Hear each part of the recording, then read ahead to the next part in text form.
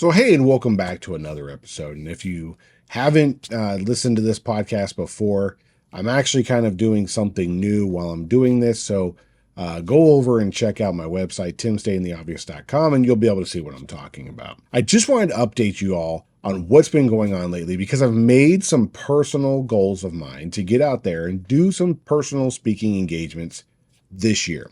And so far, I did one. I have several more lined up for the rest of the year.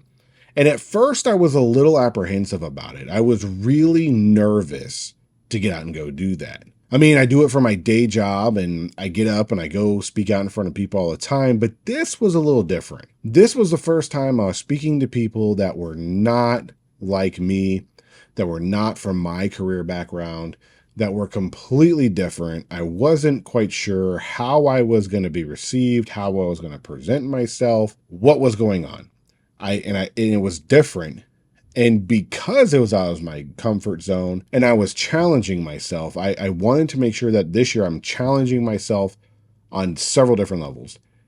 So we've had several different guests come on the show this year, and now I'm out doing public speaking events, and really that's me pushing and challenging myself because naturally I'm kind of introverted. If you haven't noticed yet, on the show I'm locked in a room with myself and a microphone, which you can't see. And, I put on what you want to hear or what I think you like to hear, and you give me feedback and we adjust from that. And in real life, when I got up and did the speaking engagement, I had 100 sets of eyeballs looking at me and they were glaring me down. And at first it was unnerving and a little bit intimidating. I'm not going to lie. It was a little intimidating. Everyone just kind of stared at me. Not everybody was happy. Not everybody was smiling. And the more I got into it, I did a couple of, seconds where I was getting into it. And then I got into a rhythm. I got feedback from everybody. I got real life feedback. And then everybody relaxed. They had a great time and I had a great time. And so my goal going into this was if I could reach one person and let one person know that, that somebody sees you, somebody understands you, and somebody appreciates you. And that was my goal going into that. And I think I got that across, and, word of mouth went around, and I'm doing more public speaking engagements, which I'm very grateful for. First to God, because through him, all things flow. And without him, none of this would be possible. And second is for, the people that have reached out to me so far and have asked me to speak. I'm very grateful for the opportunity to do that. So thank you. And I wanted to share this because if you're listening to this show on whatever platform, if you wanted to have a discovery call and you're like, hey, you know what? I want you to come out and talk about something. I heard a topic, I heard a show that you did, and I really want you to dive into it with my organization, then let me know. Go to timstayintheobvious.com. And from there, we can have a discovery call and we can find out the way forward on that. So if it's something that you're interested in, go to timstayintheobvious.com and we'll check it out. Or you can click the link down below. So in this episode, we're going to be talking about the benefit of getting out of your comfort zone, if you haven't figured that out yet. And I offer up that the majority of us never really get out of our comfort zone. We say we do, but do we really get out of our comfort zones? To prove this point, I came up with a story. It took me a couple of weeks. That's why this one's a little bit delayed. So pull up a chair and listen. And I have no idea actually what you're doing or if you can actually pull up a chair and listen, but leave a comment. Let me know how you're listening to this and what you were doing when you listened to the story.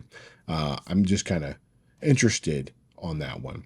So once upon a time in a bustling city in Corporateville, there lived a young leader named Normie. Came up with Normie. He's normal. And he is in his early 30s, and Normie was the epitome of comfort. He had a stable job at mediocre corporation, a company renowned for its adequate products and satisfactory service. Normie's motto was, why rock the boat when you can just float? Every morning, Normie would roll out of his bed at 7:45 in the morning, brew a cup of mediocre coffee, and saunter into work precisely at 9:01 every morning. His office was a heaven of comfort, a plush chair that felt like a hug from a marshmallow, and a desk stocked with snacks, and a playlist of smooth jazz that never really got above background background noise level. Normie's daily routine was so predictable and as a metronome. He'd answer a few emails and attend a couple of meetings where he said just enough to appear engaged and then spend the rest of the afternoon perfecting his solitaire game or his Tetris or some other app on his phone that he was just playing his games. His evenings were a mix of Netflix binges and microwave dinners. One day, Normie's tranquility was shattered by the arrival of a new intern named Zoe. Zoe was a whirlwind of energy and ambition, and she was always talking about growth, disruption, and her dreams of making it big. She wore bright colors, spoke in exclamation marks, like she was very out there, right? And was forever pitching new ideas. There wasn't something that she did not know. She was like, hey, you know what? I have this idea. Let's do this. Hey, I have this idea. Let's do that. Initially, Normie found her enthusiasm exhausting and kind of like a caffeinated squirrel in a Zen garden. Right? It wasn't like all that awesome. However, it wasn't long before Normie noticed something unsettling. His peers, who once shared his love for the path of least resistance, were suddenly moved ahead of him. Sam from accounting had started a side hustle and now was speaking at conferences. Jenny from marketing was training for a marathon and had just gotten a promotion. And even Bob, who Normie thought would never leave the comfort of his break room, had signed up for a coding boot camp and was now a senior developer. Normie felt like he was stuck in a time warp where everyone else was speeding ahead while he remained comfortably stagnant. And the final straw came when he overheard Zoe chatting with the boss about her plans to revolutionize the department. The boss was not only listening, but seemed genuinely excited about it. Meanwhile, Normie had just pitched the idea of getting new coffee mugs for the office. Realizing he was at risk of becoming a human equivalent of a beige wallpaper, Normie decided it was time to take a change. But where was he going to start? He hadn't taken a risk since he tried the new sushi place 3 years ago. After some thought, he decided, you know what? I'm going to ask Zoe for help. He went up to Zoe and he said, Zoe, I need your help. I need your help on how to grow, he said, and he confessed it. He goes, I'm allergic to discomfort. Do you have any tips? How do I get ahead? And Zoe grinned. Like she had been handed the keys to a candy store, Normie and Zoe grinned. Like she's just been handed the keys to a candy store. Normie, growth is all about stepping out of your comfort zone. Start small. Normie's stomach did like a backflip. Public speaking. That idea was terrifying to him, but he agreed to give it a shot. That weekend, he signed himself up for an open mic night at a local comedy club, reasoning to himself, like, you know what, if I'm going to go out there and make a fool of myself, I might as well get a few laughs in while I'm doing it, and everyone's expecting to laugh anyway. That night arrived, and Normie felt like a fish out of water. He took the stage, the spotlight blinding him, and he managed to croak out a few jokes about the office. And to his surprise, people laughed. Not just polite chuckles, but genuine belly laughs. And that emboldened him, and he started sharing more stories and about his love affair with his office chair, the marshmallow hugging pillow, and his, solitaire addiction, and his discovery that his boss had secretly been growing bonsai trees in her office. And by the end of the set, Normie felt like a rock star. The discomfort had transformed into exhilaration.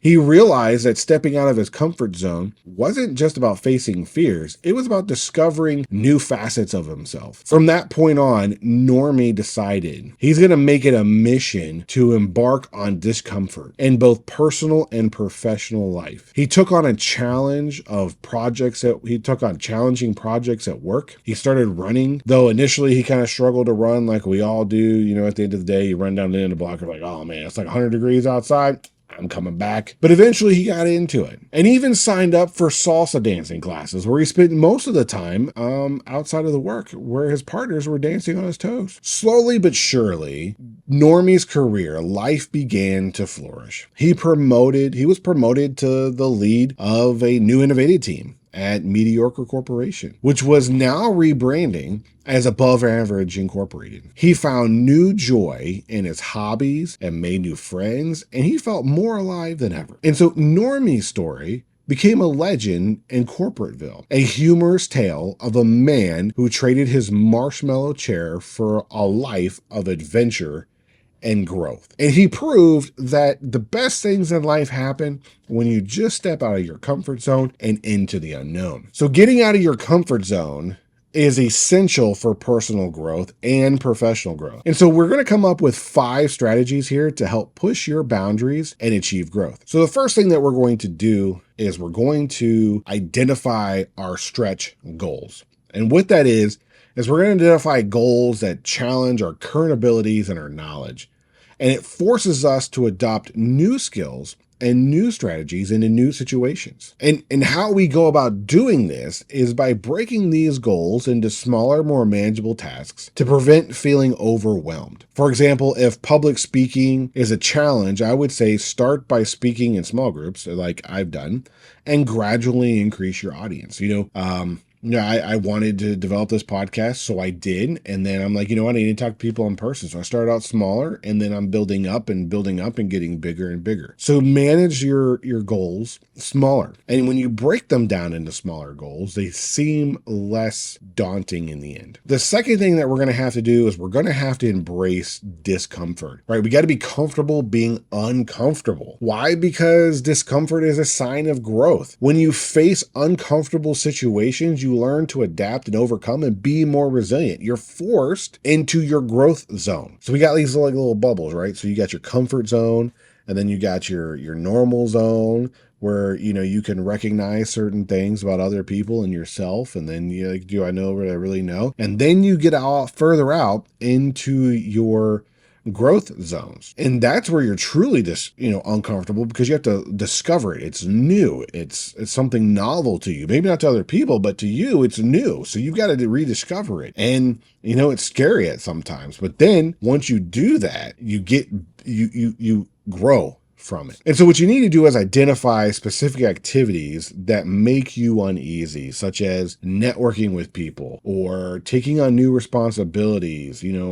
Make a plan on how you're going to engage with these things daily and all the time. So at the beginning of the year, I said, I'm going to grow personally. So I'm going to interview people for the show. And I had to get out of my comfort zone and go do that. Then I said, you know what? I want to talk to people in person. So I had to get out of my comfort zone and go do that. Then I'm furthermore getting out of my comfort zone because now I have a camera in front of me and I'm trying to record this and do the camera at the same time. So really out of my comfort zone right now, but it's okay because it's all about growth. And that's what we're looking for. Right? So the third thing that we need to do is we need to seek feedback constantly. We need to ask for constructive feedback from peers, mentors, and supervisors. This is something that I do all the time. I always ask people, what am I not doing for you that I should be doing, and what do you need from me? Hey, how did this event go, and what could I do better? Hey, what did you think about this? And when you get honest feedback, that provides valuable insight into your strengths and the areas that you need to improve on, right? We all got things that we got to improve on. We all need things that we need to grow from. The only way you're going to get that is by asking for it. And people will give it to you, but you got to have the thick skin in order to take it. Because if you do not have thick skin and you're just asking because you want to feel good about yourself, let me tell you, you're going to be setting yourself up. So don't do that, right? And the fourth thing that we need to do is we need to learn continuously. This is something over the past several years that I have really adopted and taken to heart. If you're not learning and committed to lifelong learning through courses or reading or through other experiences, other people's experiences, talking and networking into other people and learning from them, you're never going to really grow. So you got to commit to lifelong learning, and it's hard. At first, I started reading, and then I started reading more. Now I'm reading anything and everything that I can think of. I'm listening to other people's podcasts. I'm reading, scholarly articles, professional articles, talking to people all the time, asking them for their thoughts and their opinions, and trying to genuinely seek understanding and learn from them so that way I can learn.